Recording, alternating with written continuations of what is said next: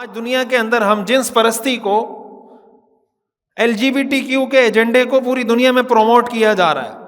ہمارے ہاں ٹرانسجینڈر بل پیش ہوا، قومی اسمبلی میں، سینٹ میں، ہر جگہ سے پاس ہوتا چلا گیا کہ بھائی کوئی مرد اپنے آپ کو کہے میں عورت تو اس کو عورت ڈکلیئر کر دیں، کوئی عورت کہے میں اپنے آپ کو مرد فیل کر رہی ہوں تو اس کو مرد ڈکلیئر کر دیں۔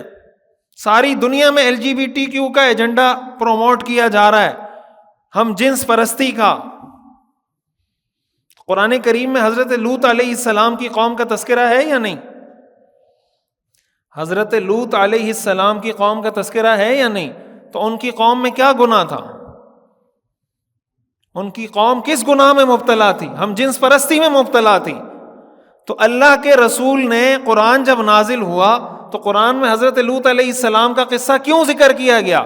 اسی لیے کہ حضرت لوط علیہ السلام کی قوم اندھیروں میں تھی، اللہ نے حضرت لوط علیہ السلام کے ذریعے اس قوم کو اندھیروں سے نکال کر روشنی کی طرف اللہ لے کر آیا۔ تو اب اگر کوئی قوم، کوئی معاشرہ، کوئی سوسائٹی دوبارہ اسی چیز کی طرف جا رہی ہے جس چیز سے اللہ نے حضرت لوط علیہ السلام کے ذریعے انسانیت کو نکالا تھا، اور پھر اللہ نے قرآن میں اس کا ذکر کر کے قرآن کے ذریعے معاشرے کو اس سے نکالا، وہ معاشرہ آگے جا رہا ہے یا پیچھے آ رہا ہے؟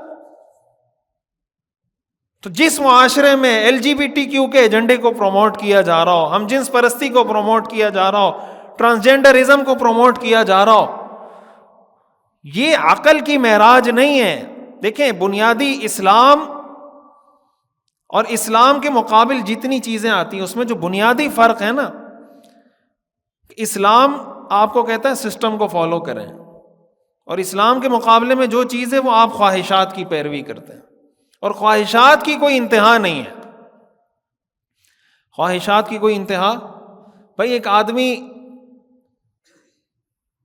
زنا کرتا ہے، زنا کر 20-30 سال زنا کیا، کر کے تھک جائے گا نا، جب تھک جائے گا اب اس کو کوئی نئی چیز چاہیے، اب اس کو نئی کوئی چیز چاہیے، کچھ نیا کام کروں۔ اب کچھ نیا کام کرنے کے لیے اور حرام کام کرے گا۔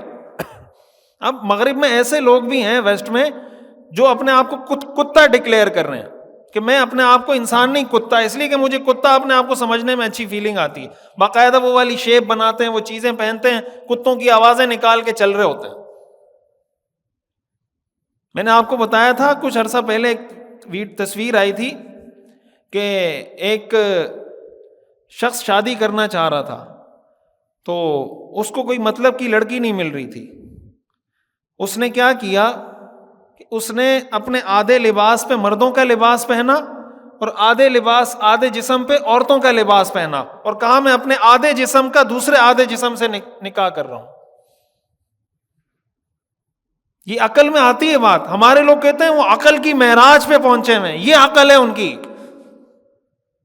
لیکن ہم احساس کمتری کا شکار ہیں۔ ہمارے پاس اتنی بڑی نعمت ہے دین کی، قرآن کی، لیکن ہمیں واللہ اس کی قدر نہیں ہے۔ یہ بات عقل میں آتی ہے، یہ کسی عقل مند کو بات سمجھ میں آتی ہے۔